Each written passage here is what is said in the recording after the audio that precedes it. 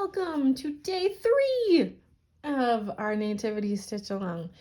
When we left off yesterday, we brought our thread up to the front right here on Jesus' head so that we could start working through our kind of rainbows here, golden halos. So with our, see there where you can see it, 3781 still on our needle, we're going to do a whipped backstitch right here, which you know how to do half of since we just did backstitch, and we're going to learn how to do the rest. So first step is to backstitch over to this end, which we'll just refresh our memory real quick. Since it's the start of a line, I'm going to take just a normal little straight stitch, and then I'm going to come a stitch length up the line. I think I might have a knot. Hold on. So we've come up a stitch length away, and then we're going to go back down on the end of our previous stitch. Now, for this little circle here, you might find that your stitches need to be a little bit smaller than they were on the manger so that you have a nice curve. If you have really big stitch length here as you go around a curve, any curve, this is especially true when you're stitching lettering, because lettering tends to have pretty small curves. You need to use a smaller stitch length, so shorter little lines instead of bigger lines when you're doing a straight line. All right, let's hurry up here to the end. The back I've just pulled down. Now we're going to come up under slash to the side of this stitch. Now it doesn't matter if you come up towards the middle or come up towards the edge, whatever is most comfortable. You're going to come up through and you're going to pull that thread up. Now we're going to continue the same way you went. So I went in towards the center, so my next direction is going to be in towards the center. If you went towards the outside, you're going to go towards the outside. And I'm just going to slide my needle under the next stitch and pull the thread through. And then I'm just going to keep doing that for every stitch I made. Sorry, my hand's going to be in the way here in a second.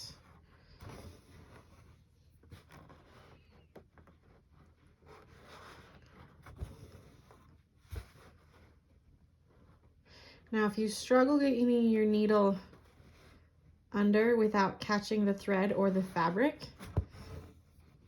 you can always use the eye of your needle instead and thread, whoop, bad angle, there we go. Thread the eye of your needle through instead, as the eye is dull and it won't catch on anything. I like using the point of my needle, but like I said, if that makes you catch things or just struggle, then don't worry about it. All right, here at the end, I'm just going to come right to the end of my line of stitching, go down, pull this down, and at this point we want to anchor off because we're going to switch to gold. All right, I've switched. I've got gold on my thread, sorry, on my needle. And you can see here that we're working with 783, and we're going to learn the chain stitch. 3 of these lines are chain stitch, and then the one here by itself, that one's back stitch, which you already know. So, chain stitch. I'm going to work from this edge over. Doesn't matter what side you start on. The stitch will work exactly the same. So we're going to come up here right at the base of the manger, and then I'm going to go back down in the same hole, and I'm going to leave a loop on the top. When I do this without a hoop stand, I like to catch it with my thumb because then my fingers can still hold the hoop. But for today, I'm going to try and keep my hands out of the way so you can see what we're doing. So you leave a loop on the top, and then you're going to come up a stitch length up your line, and you want your needle to go through the loop, and you pull until it's snug.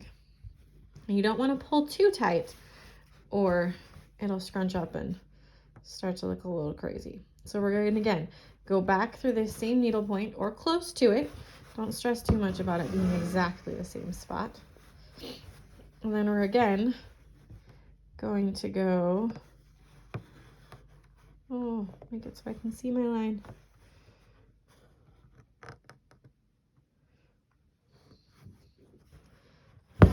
Up and through. And you can see I'm pulling in the direction of my line. This helps the chain stitch lay nice and flat. Again, back where I just came from, leave a loop. Another option is to leave the loop to the side and then catch the loop with your finger and again, pull through. And we just repeat this process all the way until we reach the end of our line. And then we're just going to anchor the last chain that we stitch, and I will show you that when we get there.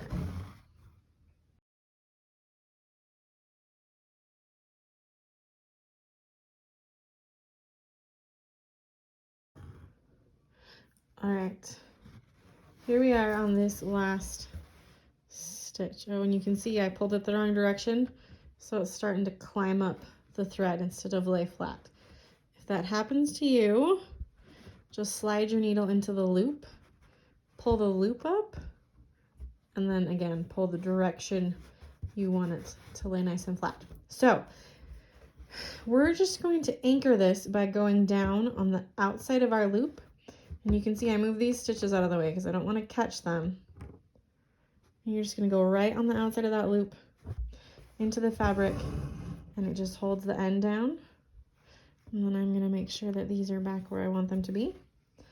And then we will continue with a line of backstitch and then 2 lines of chain stitch.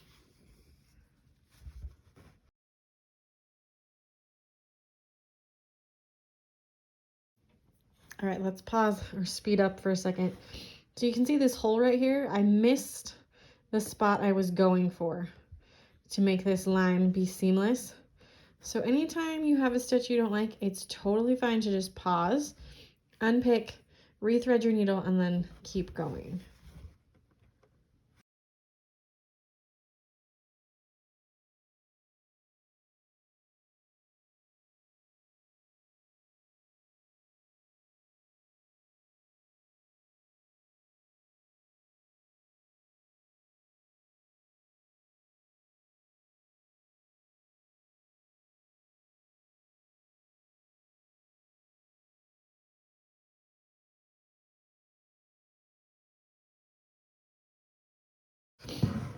All right, I'm going to jump back here with some thoughts for you. First is these 2 rows of chain stitch together. I like to try and match my stitch length so it looks like sets of chain stitches together. The way that I like to think about that is that I'm going to come up right here next to the end of that stitch. You see this, my needle's laying over right the end. So I come up just right where that other stitch was, and it'll help match my stitches together. You can also see that I'm coming up inside the line instead of on the line this time. And I'm doing that because I want my 2 rows of chain stitch to look like they're nice and close together. And when I finished my first row, if I had stitched all the way over here, there'd be a little gap. So I'm choosing just to stitch a little bit inside the line, and it will still end up with a nice, same nice shape, but they'll be closer together. Looks like I'm gonna run out of thread here in just a minute, which is great. So then I can show you how we change thread on chain stitch. Now up here you can see I'm not going to have a bunch of satin stitch to run my needle under. So instead, what I'm going to do when I anchor, so I'll finish off, I think I can do one more here. The line of stitching just like I would at the end of a line. There we go. So we'll make this last stitch right here. Now, I have to anchor this and get my floss to the back, my thread to the back. So I'm just going to go down in the fabric. And then, instead of sliding through a big section of satin stitch, what I'm going to do on the back is I'm going to slide my needle under a couple times under this line here on the back. So I'll probably go through one time and then 2 times, and then I'll cut my thread, and then I'll reverse the process, go under this bunch of stitches a couple times to start again. All right, new section of thread. It's all anchored, and we're gonna get started here. So I'm gonna come up right inside this loop where we just finished, kind of right where this anchor stitch is, but I want to come up right to the side of it. You don't want to go through the anchor stitch because that's a lot of thread to get through. And I'm going to come up right here, just inside it, as close to it as I can get. And then we're going to start just like we did our other lines of chain stitch. I'll go back down in the same spot, and then I'll come to make my first chain stitch for this line, and you'll see that that anchor stitch we made when we changed thread just disappears into the stitching, and no one will ever know you had to stop in the middle. So let's finish this line of stitching, and we'll, oh, that's why that didn't work. My thread was caught on the back. There we go, much better. All right, I'll finish this line of stitching, and we'll talk about where we're gonna go next.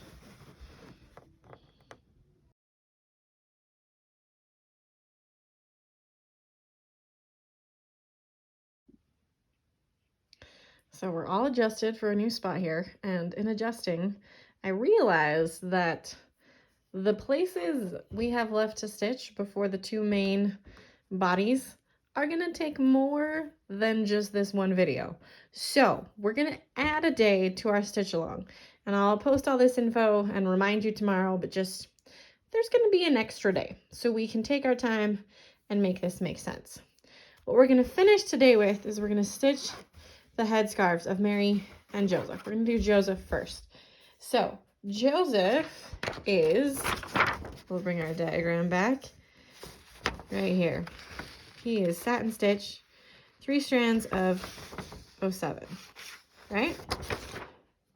Okay, so we're gonna start in the middle of our shape, and we're gonna work towards the end, and we're gonna come back, work towards the top, and then stitch this last little part.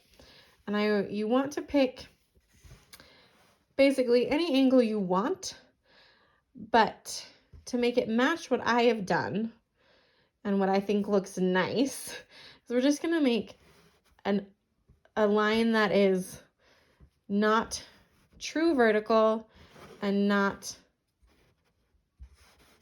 perpendicular here. We want to find somewhere in the middle, the line that's leaning just a little bit towards the outside. And then when we do Mary on this side, her line is going to lean the other way. So they kind of come together visually. So Joseph leans out this way, and then Mary will lean out this way. So you can go about this in two ways. One, just feel for it, go for it, pick a line. Or if you're nervous, you could draw this first line so you know where you want to make your first stitch and then work from there. So I'm going to show you how I do this. I'm going to start with a knot again.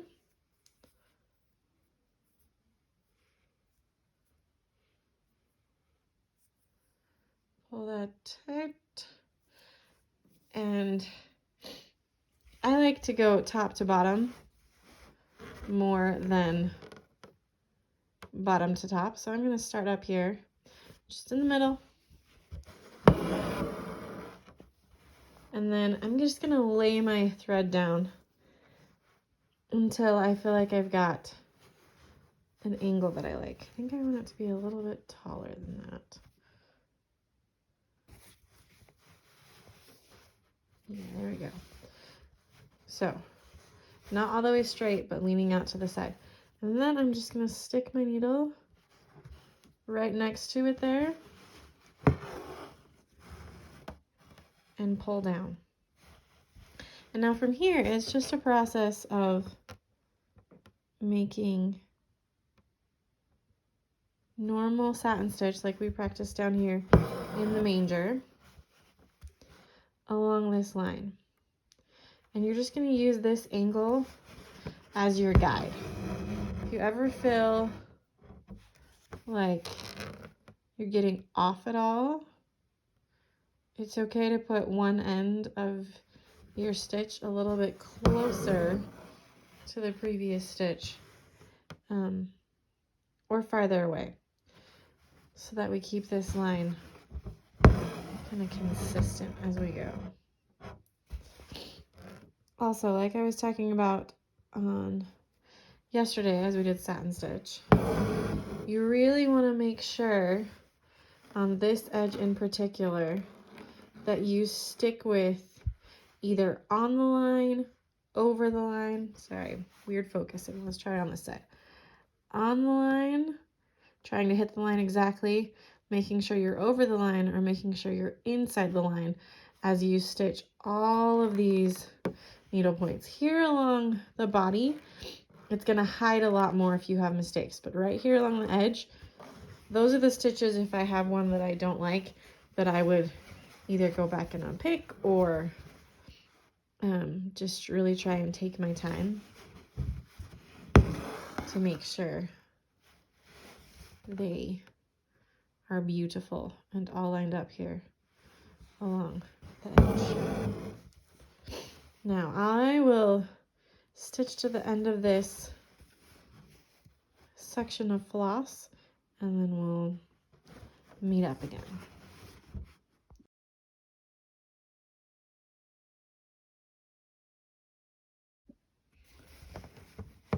Decided to bring you in closer here so that you can see better what I mean about being on the line, outside the line, all that jazz. I'm going for on my line. I have a nice thin line here.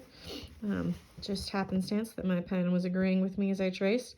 So I'm trying to make sure that all of my needle points are on the line as I stitch.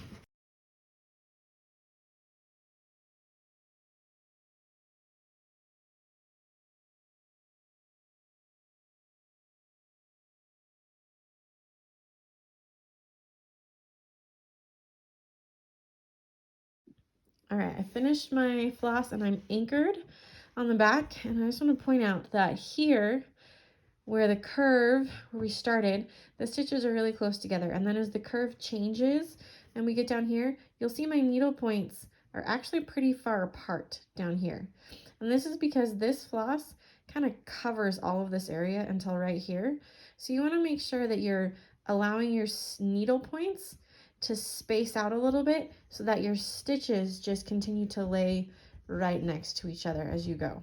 And then you just fill in any little weird corners as you get them. You'll come back up to the middle, start stitching, and then we head up towards the headscarf.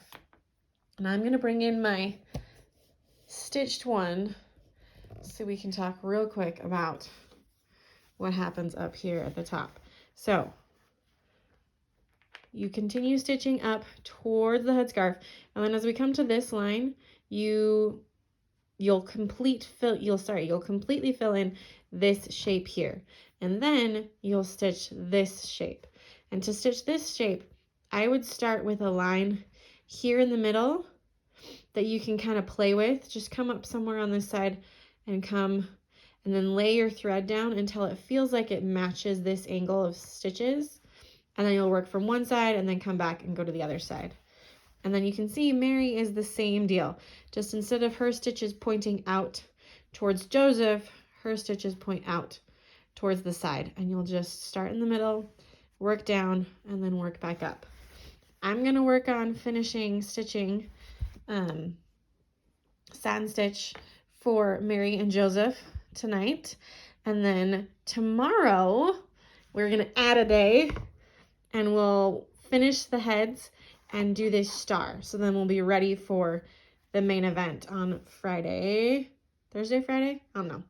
The next following days after that. Happy stitching, friends.